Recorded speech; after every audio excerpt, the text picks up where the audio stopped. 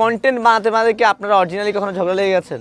হ্যাঁ, এটা অনেক গল্প আছে। এটা প্রায় সময়ই হয় ভাইয়া, যে হাফ আজকে শুট করছি, 3 দিন ঝগড়া, ভিডিও করা বন্ধ, 3 দিন পরে বাকিটা করছি। আমি একটা গোমর ফাঁস করি তানভীর ভাই, আপনি কোন কাপল কন্টেন্ট ক্রিয়েটর যখন দেখবেন যে কোনো কন্টেন্ট যাচ্ছে না পেজে, হ্যাঁ যাচ্ছে না, অফ আছে, আপনি ধরে নেবেন অসুস্থ 5%, কারণ কন্টেন্ট ক্রিয়েটর অসুস্থর মধ্যে ভিডিও বানায়। আচ্ছা, এটা বাবু থাকলেও ভিডিও বানায়, হ্যাঁ হ্যাঁ, দিন মিস করা যাবে না। কিন্তু যদি কেউ ভিডিও না দেয়, ধরে নেবেন তাদের হাজবেন্ড ওয়াইফ কথা বলছে না, ঝামেলা দিচ্ছে না, শুটিং বন্ধ আছে। হ্যাঁ। তার মানে আপনাদের পেজে যদি আমরা দেখি যে একটু কন্টেন্ট যাচ্ছে না, তাহলে বুঝবেন যে তার মধ্যে ঝামেলা হয়েছে, ঝামেলা চলতেছে, মিউচুয়াল মানে ইয়া চলতেছে। না ভাইয়া, সব সময় না, আজকে কন্টেন্ট যায়নি, আজকে আজকে কিন্তু আমরা আজকে ঝগড়া তো করছি না। আজকে ব্যস্ত, ঈদের সময় একটু ব্যস্ত ছিলেন, এই জন্য যাচ্ছে। সেটা একদিন দুদিন মাফ করা যায়, কিন্তু 4-5 দিন হলে বুঝতে হবে যে ঝামেলা টু বি কন্টিনিউ চলছে। পরে এই ঝামেলা মিটমাট হয় কিভাবে? অলওয়েজ আমি সারেন্ডার করি, কারণ মানে আমাকে মানে কন্টেন্ট ক্রিয়েশন আসার পরে যদি আপনি একটা প্রশ্ন করেন যে আপনার জীবনে ভুল কি, যদি বলে আপনি প্রশ্ন করেন, হ্যাঁ প্রশ্ন করেন যে আপনার জীবনের একমাত্র ভুল সিদ্ধান্ত কি, যদি আমার জীবনে শুনতে চান। হ্যাঁ, যদি আমার জীবনে একমাত্র ভুল সিদ্ধান্ত হচ্ছে আমার ওয়াইফকে কন্টেন্ট ক্রিয়েশনে নিয়ে আসা। আচ্ছা, কেন? কারণ হচ্ছে হলো, যখন আপনার ওয়াইফকে কন্টেন্ট ক্রিয়েশনে নিয়ে আসবেন এবং আল্লাহ না করুক বা আল্লাহ চাক আপনি পপুলার হয়ে যাবেন, তখন ডিপেন্ডেন্সিটা বেড়ে যায় অনেক। তখন আপনি চাইলেও মানে খুবই লিগ্যাল কোনো একটা ইস্যু হ্যাঁ আপনি অ্যাকশন নিতে পারবেন না, কারণ আপনাকে ওটাও চিন্তা করতে হবে। Content বানাতে হবে। আর তরকারি মজা না হলেও বলতে হবে তরকারিটা মজা হয়েছে, নাইলে কন্টেন্ট বানাবে না।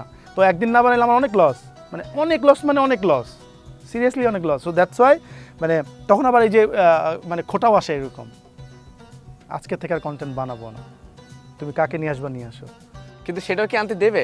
আপনি যদি বলেন যে ঠিক আছে তোমার সাথে কন্টেন্ট বানালাম না, আমি আরেকজনকে বউ বানালাম, বানাই কন্টেন্ট বানানো শুরু করলাম, পারমিশন দিবে? এটা অসম্ভব, কখনো তো দিবে না, আর এটা হবেও না। ওই জাস্ট ওই একদিন 2 দিন আর কি নর্মালি থাকে। কিন্তু এখানে একটা বিপত্তি আছে, আমাদের সামাজিক প্রেক্ষাপটের প্রশ্নটা এখন আমাকে করতে হচ্ছে। এই যে আপনার হাজব্যান্ড ওয়াইফ কন্টেন্ট বানাচ্ছেন, এই খোঁড়া তো মনে হয় শুনতেই হয় যে বউ ব্যবসা করছেন, বউ নিয়ে কন্টেন্ট বানাচ্ছেন। এইটা কমে গেছে। মানে আমাদের দেশে হয় কি, যে আমাদের দেশের অডিয়েন্সরা হচ্ছে এমন একটা অডিয়েন্স, তারা পাশের দেশগুলোর কন্টেন্ট দেখে হাহা মজা, লাভ, রিয়াক্ট, শেয়ার দিবে।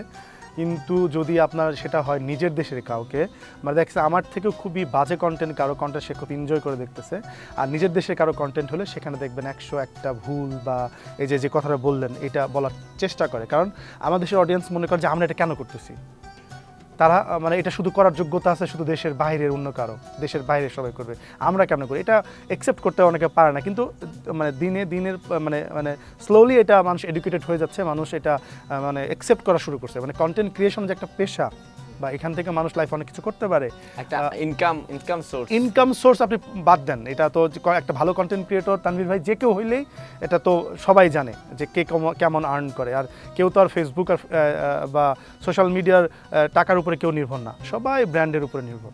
সো সবাই অনেক ভালো আর্ন করে, একটা ভালো মানের কন্টেন্ট ক্রিয়েটর যারা, তারা আর যারা টাকার উপরে মানে ফেসবুকের টাকার উপর যারা নির্ভর করে, তারা হয়তো কেবল শুরু করছে, কিন্তু একটা পর্যায়ে এসে কেউই আর কি ফেসবুকের টাকার উপর নির্ভর, সেটা চলে যায় আসলে প্রমোশন, হ্যাঁ, সেটা যদি সেই লোকগুলো জানতো যে এখানে এইসব করা পসিবল, বা লাইফে এখান থেকে চেঞ্জ হওয়া পসিবল, ফিউচার অনেক কিছু করা পসিবল। আমি 8টা টু 5টা বা 9টা টু 5টা জব, যেখানে আপনি সারা মাস কষ্ট করতেছেন, অনেক পরিশ্রম করতেছেন, দেন মান্থলি একটা স্যালারি আপনি পাচ্ছেন, এবং সেখানে পরিবারকে সময় দিতে পারতেছেন। আর আমরা কন্টেন্ট ক্রিয়েটর কী করি, 24 ঘন্টা একসাথে থাকি।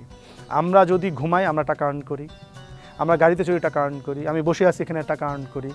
মানে আমরা 24 ঘন্টা যা করি আমরা টাকা আর্ন করতে থাকি। সো আমাদের কোনো স্টপ নাই বা কোনো লিমিটেড টাইম নাই, আর আমাদের কোনো ফিক্সড স্যালারি নাই যে আজকে 50,000 পাচ্ছি, 1 বছর পরে তো ইনক্রিমেন্ট হবে, এরকম না। কিন্তু সেই ইনকামের যে আর্নিংয়ের মানিটাও কিন্তু অনেক হ্যান্ডসাম, যেটা অনেকেই জানে না। সেটা আমি তো বলছি না যে এটা ডিপেন্ডস, এটা আপনার কী পরিমাণ আপনার অডিয়েন্স আছে, কেমন আপনার ভিউজ হয়, কন্টেন্টের লেন্থ কত, এঙ্গেজমেন্ট কত, ডিপেন্ডস অন মানে অনেকগুলো ইনসাইটস আছে এটার উপরে। কিন্তু মোস্টলি এখন আমি যেটা বলবো, ফেসবুকের যে পরিস্থিতি, তাতে এখন ফেসবুকের উপরে কেউই নির্ভরশীল নয়, কোনো ক্রিয়েটরের। কেউ যদি মনে করে যে এটা ব্যবসা করতেছে হোয়াট এভার, এটা সেটা না, এটা একটা মানুষ একটা পরিশ্রম করে একটা জায়গায় আসে, দেন সেটা সে সুফল ভোগ করে। সো এখন আমাদের মতো যারা ক্রিয়েটর, আমাদের সাথে বড় যারা সিনিয়র যারা, বা আমাদের ছোটো যারা বা কাছাকাছি যারা, তারা এখন সবাই অনেক ভালো সময় পার করছে, কারণ একটা ন্যাশনাল ব্র্যান্ড করা মানেই তো অনেক বড় ব্যাপার। হ্যাঁ, কিন্তু আরেকটা বিষয় আছে, ধরুন এই যে আমি একটু আগে প্রশ্ন করলাম যে অনেকে বলে যে বউ ব্যবসা করছেন, আবার অনেকে আসে দেখবেন যে খুব কটাক্ষ বলে যে আরে এরা তো টিকটকার, একটু কটাক্ষ সুরে এই কথাগুলো বলতে চাই, এই ধরনের তো মানে আপনাদেরকে শুনতে হয়। হ্যাঁ, না এইভাবে আসলে কি যে বললাম না, এটা কমে গেছে অনেক, আগের থেকে হ্যাঁ, মানুষ এখন আগে বুঝতে শুরু আগে করেছে। এখন 100% কমেন্টের মধ্যে হয়তো 001% হেট স্পেস থাকবেই, যারা আপনাকে জেলাস হবে বা যে আপনার দেখা গেছে যে খুবই হতাশ রিয়েল লাইফে, তারাই কমেন্টগুলো করে। যারা সুস্থ মানুষ, যারা এন্টারটেইনড হতে চায়, তো তারা কিন্তু অ্যাপ্রিসিয়েটই করবে। তো এটা আসলে যারা অসুস্থ, রাতে ঘুমায় নাই, প্রেমে ছায়া খেয়েছে, বা সংসারে সুখ নেই, অশান্তি, অশান্তিতে আছে, হ্যাঁ, মানসিক তারা এগুলো অশান্তিতে বলবে। আছে। সুস্থ মানুষ কখনো এগুলো কমেন্ট করবে না। সো এই ক্ষেত্রে এটাকে আমি একটু সেবা জাতীয় বিষয় মনে করি। ধরুন লোকটার মানে সংসারে সুখ নেই, মানসিক অসুস্থতায় ভুগছে, সে যদি আপনাকে গালি দিয়ে তার মনটা হালকা করে, আপনি কিন্তু ইনডিরেক্টলি তার সেবা করছেন। ঠিক আছে, হ্যাঁ, এটা হতে কেউ পারে। ভাবে নেওয়া যায়, কিন্তু এটা হতে পারে। আমি আসলে গালি বললাম গালির পরিমাণ খুবই কম, তো যারা দেয় আমি আসলে রিয়াক্ট করি না, কারণ এটা তো আসলে আপনি কন্ট্রোল করতে পারবেন না। সেটাই। আপনাদের বাচ্চা কাচ্চা নিয়ে অনেক গবেষণা হয়, হ্যাঁ, হ্যাঁ, আপনাদের বাচ্চা আছে কি নাই, থাকলে তারা কোথায়, তাদেরকে এখানে কন্টেন্ট দেখা যায় না কেন? এখন যায়, এখন মানে রিসেন্টলি অনেক আগে থেকেই, কিন্তু খুবই তো রেয়ার আনি বাচ্চাকে কন্টেন্টে নিয়ে আসা হয়। আর সবচেয়ে বিগেস্ট কোশ্চেন থাকে এরকম যে আমাদের ক্যামেরা পার্সনকে কে ভিডিও করে দেয়, এত সুন্দর করে ক্যামেরা মুভমেন্ট, এত রিয়াকশন, এত কখন মানে অ্যাপ্রোপ্রিয়েট অ্যাকশন, মানে কোথায় স্ক্রিনে থাকতে হবে, এটা কে করে, এগুলো কোশ্চেন থাকে। সো আজকে আমার সময়ের সংবাদের দর্শকদেরকে জানাতে চাই যে সেটা হচ্ছে যে হ্যাঁ, আমাদের সন্তান আছে, আমাদের এক ছেলে এক মেয়ে। আমার ছেলে ইংলিশ মিডিয়ামে পড়ে, ক্লাস 2-তে উঠলো এবার, আমার মেয়ে ক্লাস 6-এ পড়ে, এবং ওই আমাদের মানে ডিওপি, তার মানে হচ্ছে ক্যামেরার যত স্ক্রিনে আমরা যত ভিডিও দেখতে পাই বেশিরভাগই সব, হচ্ছে, বেশিরভাগ না সবই সেই করছে। সব সে ছোট মানুষ, বাট মানে সে লার্ন ফাস্টার।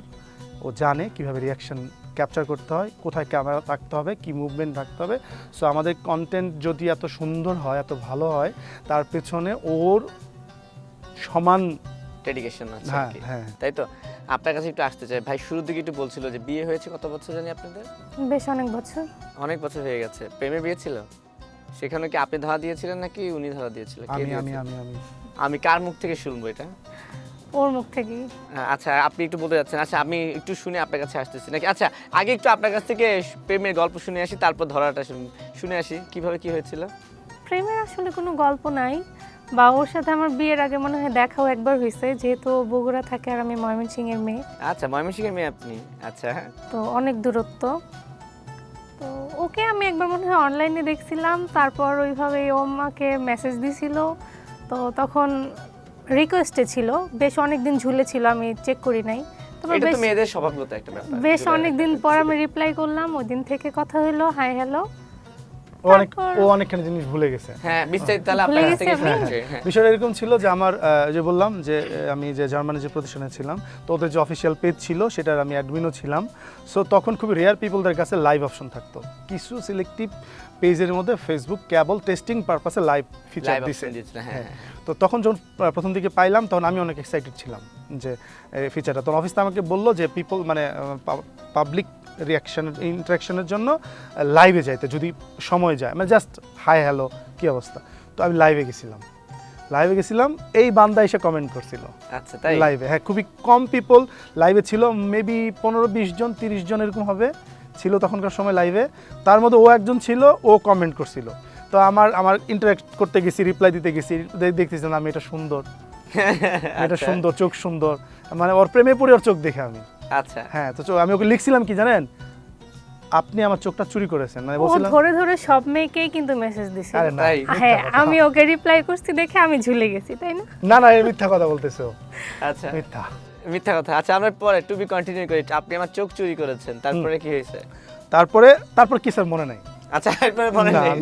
না তারপরে হয়তো বা ও কিছু একটা বলছে, তারপরে হয়তো ফ্রেন্ড রিকোয়েস্ট দিছি। তখন তো আমরা খুব ডিসেন্ট পিপল ছিলাম, মানে এখনকার মতো তো মানে ফাস্ট মুভ বা ফাস্ট ফরওয়ার্ড পিপল ছিলাম না। তখন তো আমরা ডিসেন্ট কথাবার্তা, কনভারসেশন বা ওরকম 90s 80s বা যদিও সে 90s কিড না, হ্যাঁ না 90s কিড ধরাও যেতে পারে, কারণ ওর জন্ম হচ্ছে কত জানি।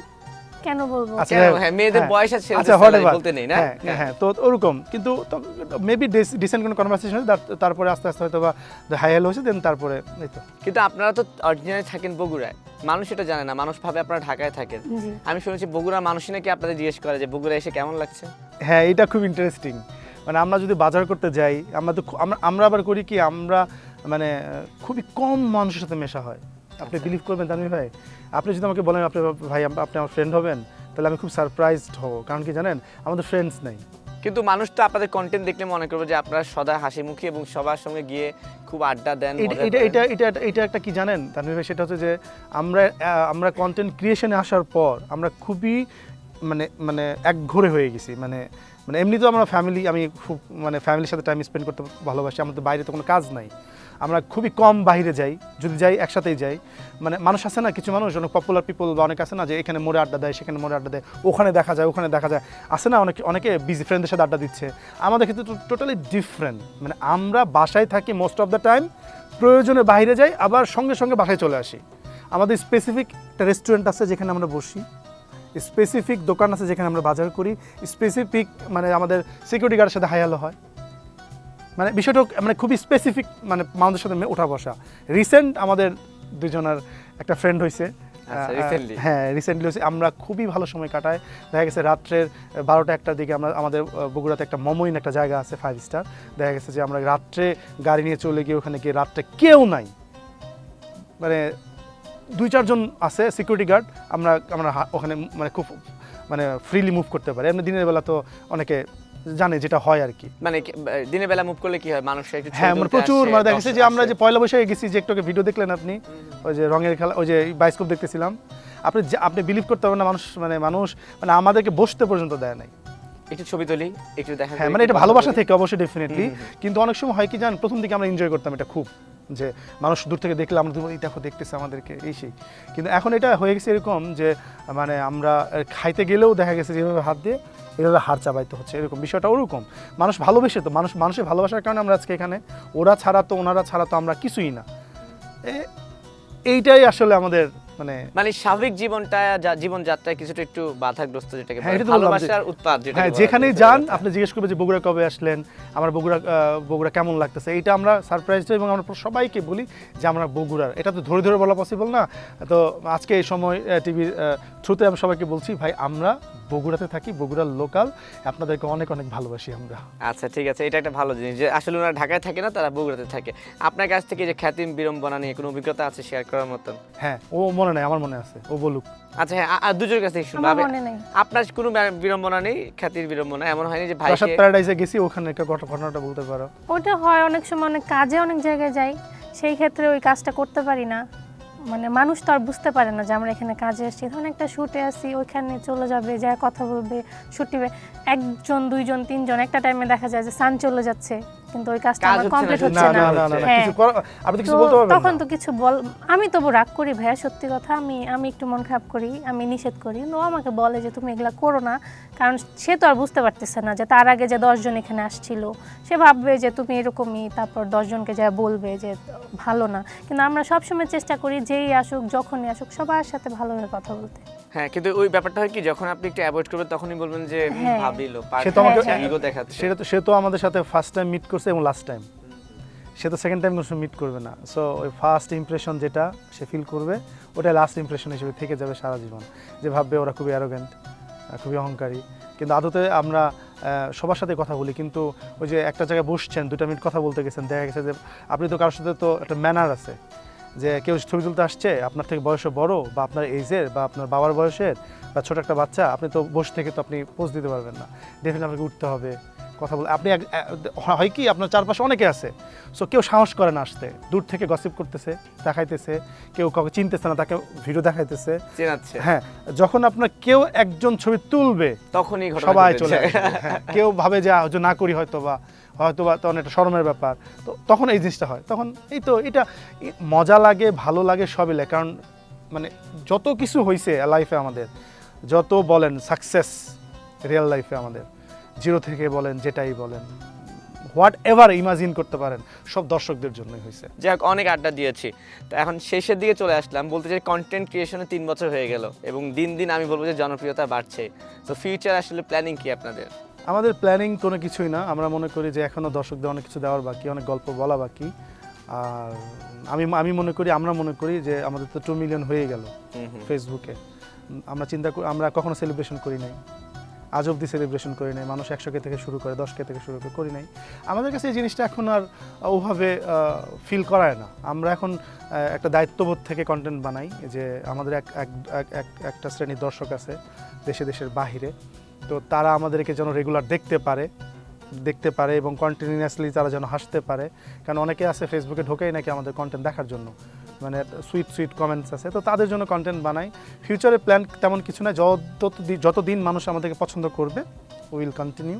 মানুষ যখন আমাদেরকে ভুলে যাবে উইল শিফট টু অ্যানাদার। ইনবক্সে কি মেসেজ আসে? ইনবক্সে প্রমোশন, এটা তো কমন। এটা প্রমোশন আসে, আর আসে হচ্ছে সাহায্য। হ্যাঁ, সাহায্য আসে, আর এই প্রমোশন, সাহায্য, কথা বলতে চাই। মানে আপুকে জিজ্ঞেস করি, ভাইকে চাই এটা মেসেজ দেয় না? না, সবাই আমাকে চিনে তো, চাইবে না। আবার আরেকটা ব্যাপার আছে, কন্টেন্টে আপনাকে যে জাজলি ভাবে হ্যাঁ, দেখে ভয়ে মনে বলতে সাহস পাবে না সাহস কেউ। পাবে না। না না, আমরা আসলে ওরকম কাউকে মানে স্পেস দেই না। সো আমরা ওর একটা সোশ্যাল লাইফ আছে, আমার একটা সোশ্যাল লাইফ আছে। সো আমরা দুজনের কাছে কমিটেড। সো আমি আমার ওয়াইফকে আমি 100% 100 চেয়ে বেশি ট্রাস্ট করি। সো ও যদি কখনো কোথাও একাও যায় বা ওর সোশ্যাল মিডিয়া কখনো আমি মানে চেকও করে দেখি না ওর ইনবক্সে কী আছে, কারণ আমরা টোটালি দুজন ম্যাচিউরড। সো আমরা জানি কী করছি, আমাদের কী করা উচিত। খ্যাতিম বিড়ম্বনা থেকে পা পিছলায় গেলে কী হয় আমাদের চারপাশে দেখতে পাচ্ছি। সো আমরা কোনোদিন গসিপ হতে চাই না, কোনোদিন মানুষ আমাদেরকে নিয়ে কোনো কিছু বলুক সেটাও হতে চায় না। সো আমাদের সরল জীবন, আমরা কন্টেন্ট বানাই, মানুষকে এন্টারটেইন করি, আমরা করে যাব, মানুষ পছন্দ করবে, মানুষকে পছন্দ মতো কন্টেন্ট দিয়ে যাব। যখন ভালো লাগবে না, আমরা অন্য কোনো একটা বিজনেস বা অন্য লাইফের কোনো কিছু শিফট করার ইচ্ছা আছে। এর বাইরে এখন আপাতত কন্টেন্ট ছাড়া আমার লাইফে কোনো কিছুই নাই। আমি কন্টেন্ট খাই, কন্টেন্ট ঘুমাই, কন্টেন্ট দেখি, কন্টেন্ট বানাই, সবই, মানে কন্টেন্ট রিলেটেড সব কিছু আমার লাইফে। মূল কথা হচ্ছে পুরো একদম পেশাদার একজন কন্টেন্ট ক্রিয়েটর। সব সময় কন্টেন্ট নিয়ে চিন্তা করি। কতটুকু করতে পারি জানি না, বাট স্ক্রিপ্ট কেউ নিয়ে লেখে না? আমাদের কোনো স্ক্রিপ্ট নাই ভাই। না, তবু যে গল্প, হ্যাঁ, আইডিয়া সব কিছু। আবার একটা বিষয় কি, ও যখন আমাকে বলে যে এটা এভাবে করব, ওটা অটোমেটিক্যালি হয়ে যায়। আমরা ক্যামেরা অন করে ডায়লগ দিই, ও একটা দেয়, আমি একটা দিই, ভিডিও কমপ্লিট হয়ে যায়। মানে ওইভাবে ভাঙায় একদম ডায়লগ বলতে হয়। আমাদের কোনো খাতা কাগজে কলমে কোনো স্ক্রিপ্ট লেখা থাকে না যে একদম সেম টু সেম বলতে হবে। আমাদের একটা থিম থাকে, মানে আমরা কি বলতে চাচ্ছি দর্শককে, সেটা পার্ট বাই পার্ট অনেকগুলো সিন থাকে। তো ছোটো কন্ঠ হলে ছোটো, অ্যাটলিস্ট 3-4টা তো স্ক্রিন থাকে, মানে শ্যুট থাকে, আলাদা সিন থাকে। তো সেটা আমাদের যা বলা থাকে যে আমরা এই শ্যুটে কী করছি, হয়তো শ্যুটের আগে ব্রিফ দিই যে আমি এটা বলবো, সেটার এগেইনস্টে ও কী বলবে টোটালি আপ টু হার। কিন্তু ও এক্স্যাক্ট দর্শক যেটা পছন্দ করে ওটাই ও বলে। এখানে কোনো ওকে বলো, আমি বলি না যে তুমি এটা বললা কেন। হ্যাঁ, মানে সামটাইমস বলি যে না, তুমি এটা চাইলে ওটা বলতে পারতা, বা এটা বলা উচিত। বা কখনো কন্টেন্ট আপলোড হওয়ার পরও মাথা আসে, এটা এখানে করলে বেটার হইতো, কিন্তু তখন মাথায় ক্লিক করে নাই। এইরকম, মানে আমাদের কোনো স্ক্রিপ্ট নাই, আমরা ডিসকাস করি, ক্যামেরার সামনে দাঁড়াই, শ্যুট করি, শেষ হয়ে যায়, আমাদের কোনো স্ক্রিপ্ট নাই। আচ্ছা, আর দেশের ভিতরে কন্টেন্ট দেখা হয়? দেশের কন্টেন্ট ক্রিয়েটরদের সবার কন্টেন্টই দেখা হয়। পছন্দের কারা আছে যদি বলি? ভালো পছন্দের কন্টেন্ট বলতে ও সবাইকেই দেখে, সবাইকে চিনে। রাস্তাঘাটে আমাদের বগুড়ার অনেক কন্টেন্ট ক্রিয়েটর আছে, যারা কাজ করতেছে, শুরু করতেছে। সবাই সামনে এসে যখন বলে ভাইয়া কেমন আছেন, আমি কনফিউজ হয়ে যাই, কই দেখছি। তনু আমাকে চিনে। হ্যাঁ, ও চিমটি দিয়ে বলবে ওটা ও। আচ্ছা, আমার প্রবলেমটা কি, আমার কাছে জিনিসটা এরকম লাগে যে আমি যদি কারো কাজ দেখি তা তাকে কপি করতে চাইবো। মানে ও ওটা করতেছে, ওটা ভালো করে, আমার এটা করার দরকার, এরকম। এই জন্য আমি দেখি না। কিন্তু আমি দেখি ভাইয়া, যেন আমি সবারটা দেখে বুঝতে পারি আমারটা কেমন হচ্ছে। আমাদের পছন্দের কন্টেন্ট ক্রিয়েটর যেটা বললেন, অনেকেই আছে। এখন কোন ক্যাটাগরির বলবো? দুই একজন শুনি যে হ্যাঁ ওনাদের কন্টেন্ট ভালো লাগে। এখানে আসলে খুশি করা বা নারাজি করা না, কিছুই নেই। আমাদের সব বাইরের কন্টেন্ট দেখি আমরা। না, আমি জানি এটা গতানুগতিক উত্তর হয়ে গেছে, তবু থাকে না অনেকে। না, ডেফিনেটলি দেখ, কেন না আমাদের এই রাফসান্দা ছোট ভাই কন্টেন্ট ভালো লাগে, এসপি ক্রিয়েশনের কন্টেন্ট ভালো লাগে, রিজভি আহমেদ কন্টেন্ট বানায়, আচ্ছা, ওদের কন্টেন্ট ভালো লাগে। আমাদের বগুড়াতে আছে অনেক কন্টেন্ট বানায়, অলস পরিবার, ওর কন্টেন্ট ভালো লাগে। থটস অফ শামসের কন্টেন্ট ভালো লাগে। রিসেন্টলি মা হয়েছে। হ্যাঁ, জানি পুচির মার কন্টেন্ট ভালো লাগে। খুব ফেভারিট। হ্যাঁ, তারপরে রাহানা রাখি আপু যেটা বানায়, ওনার কন্টেন্ট ভালো লাগে। আসলে কি, অনেকে হয়তো ডিফারেন্ট কন্টেন্ট বানাচ্ছে, বাট আপনি ডিফারেন্ট রিজনে ভালো লাগে। মানে আমি সেম কাজ করি বলে ভালো লাগে, এটা এরকম না। সবাইকে ভালো লাগে, সবাই ভালো, যারা ভালো করতেছে আর যারা ভালো করার চেষ্টা করতেছে তাদের জন্য শুভকামনা। ঠিক আছে, অনেক আড্ডা দিয়েছি সারোয়ার ভাই, সাদিয়া দুজনের সঙ্গে। এখন দুজনকে আলাদা স্কোপ দিব। প্রথমে সাদিয়ার কাছে যাচ্ছি। অনেক মানুষ ভালোবাসে, কন্টেন্ট দেখায়, আবার আপনাদের কন্টেন্ট দেখে ঝগড়াঝাটিও করে। তো এই যে ভালোবাসার মানুষ যারা আছে, তাদের উদ্দেশ্যে কিছু বলার থাকলে ক্যামেরার দিকে তাকিয়ে বলে ফেলেন। আপনারা আমাদেরকে সাপোর্ট করেন দেখে আমরা এত দূর আসতে পারছি। ভবিষ্যতে আমাদেরকে এইভাবেই ভালোবাসা দিয়ে যাবেন, যেন আপনাদের সাথে এইভাবেই থাকতে পারি। একদম শর্টকাটে মেরে দিয়েছে। আপনি? আপনাদের ভালোবাসার কারণে আজকে আমরা এখানে, এই ভালোবাসা চলুক এবং আমরা আপনাদের সাথে থাকি, আপনাদের হাসির খোরাক আমরা যোগাই এবং আপনারা হাসতে থাকুন এবং আমাদের জন্য দোয়া করবেন যেন সবসময় স্ক্রিনে আমরা থাকতে পারি। দর্শক, এতক্ষণ আড্ডা দিচ্ছিলাম সাদিয়া এবং সারোয়ারের সঙ্গে, আপনাদের সবারই পছন্দের, আমার খুব পছন্দের। ঈদের সময়টা আশা করি ভালো লেগেছে। আজকে ঈদের সময়টা তাদের একটা ঝগড়া দেখতে দেখতে বিদায় নেব। যে যেখানে থাকবেন ভালো থাকবেন, নিরাপদে থাকবেন, ঈদের সময়টা যেন ভালোভাবে কাটাতে পারে সেই শুভকামনা রইল। কি দেখতে দেখতে বিদায় নেওয়া যায় বলেন? আমি আপনার হাতে ছেড়ে দিলাম, এখন আমি বিদায় নিয়ে আর ফেলছি। কিছু বলতে হবে, আমি বললেও বলা শুরু করবো, ওকে, কিছু ঠিক বলতে আছে। হবে না। দেখেন, ওকে। এবার ঈদে কিন্তু আমি তোমার বাপের বাড়ি যাচ্ছি না। এবার ঈদ আমার বাপের বাড়ি তোমার করতে হবে, তুমি যাবা, তোমার ঘরেও যাবে। কেন যাব? তোমার মা কি করছে? তোমার ছোট বোনের স্বামীরে ফোন দিয়ে সবার আগে বলছে, খবর আমার কানে আসছে, আমি বড় জামাই, ফোনটা তো আমার কাছে আসা উচিত ছিল, তাই না? ও তো এখন নতুন জামাই, এর জন্য ওরে ফোন দিছে। তোমার তো আগের বছর আগে ফোন দিছে। এবার চলো আমার বাসায় যাই। না, যাব না, আমি যাব না, কারণ গতবার অভিজ্ঞতা খুব খারাপ। বাসায় যাওয়ার আগে দেখছি বড় ঘরটা দখল করে নিছে তোমার ছোট বোনের স্বামী। অসম্ভব, আমি আর যাব না। আমার ফোন করে বলতে হবে আগে, বইলা তারপর বলতে হবে ওই রুমটা আমার জন্য রাখছে, সোফার রুমটা আমার জন্য। বুঝতে পারছো? তাইলে আমি যাবো, নাহলে কিন্তু এবার ঈদ করতেছি না, ঈদ কিন্তু আমার সঙ্গে করতে হবে। হ আসলে এরা সবসময় এরম করে, আমিও যাবো না। ফোনটা লাগাও।